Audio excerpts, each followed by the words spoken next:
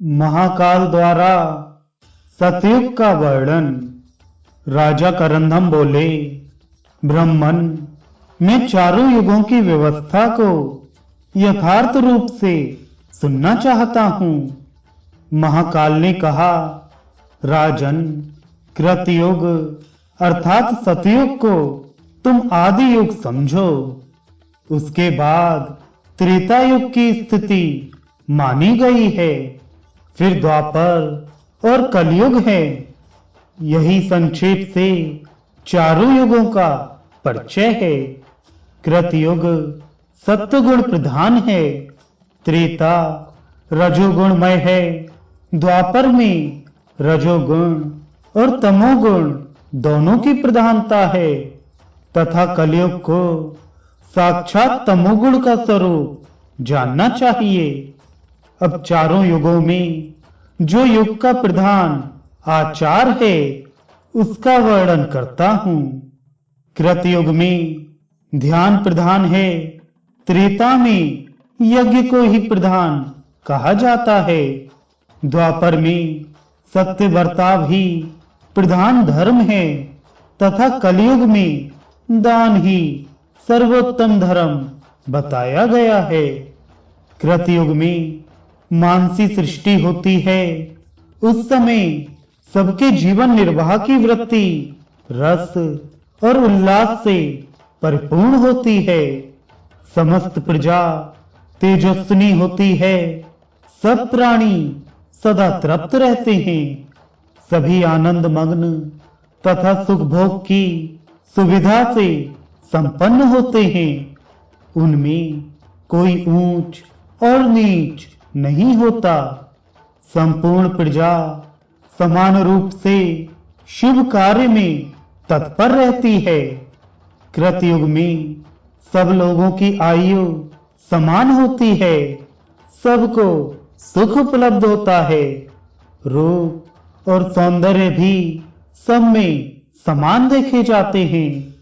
किसी में अप्रसन्नता नहीं, उद्वेग नहीं, द्वेष नहीं और गिलानी नहीं होती। उस समय वर्णाश्रम व्यवस्था होती है, वर्ण संकर का नाम नहीं होता। कुछ लोग पर्वतों पर और उसके आसपास तथा कुछ लोग समुद्र के तट पर निवास करते हैं।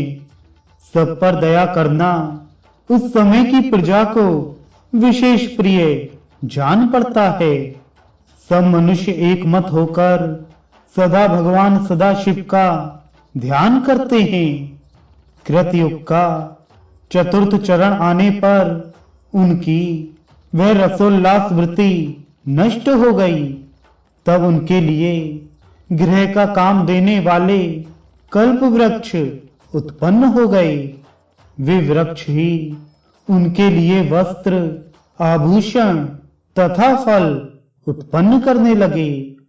उन वृक्षों पर ही उनके लिए पत्ते पत्ते में उत्तम गंध, उत्तम रंग और उत्तम रस से युक्त अत्यंत बलवर्धक मधु तैयार होने लगा। उसे मधुमक्खियों ने नहीं बनाया था।